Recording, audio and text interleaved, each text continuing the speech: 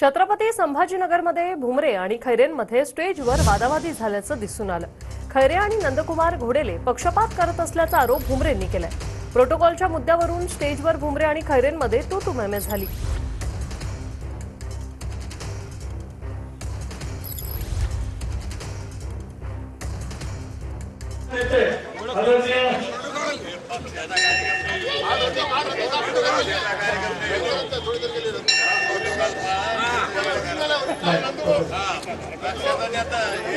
ओ यार अरुण भाई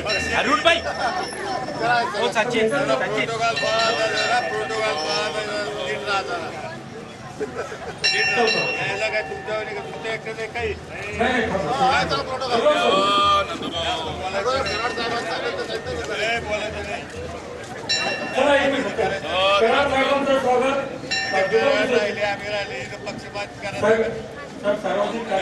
ठिकाणी करायचा नाही। सार्वजनिक कार्यक्रम आहे, गणेशोत्सवाचा कार्यक्रम आहे, ट्रस्टचा कार्यक्रम आहे। माझं स्वागत करत होता म्हणून त्याला राग आला। देवाच्या दरवाजा सगळे सारखेच आहे, देवाचे दरवाजे सगळे सारखे, प्रोटोकॉल वगैरे काही नसतो, धार्मिकता असते।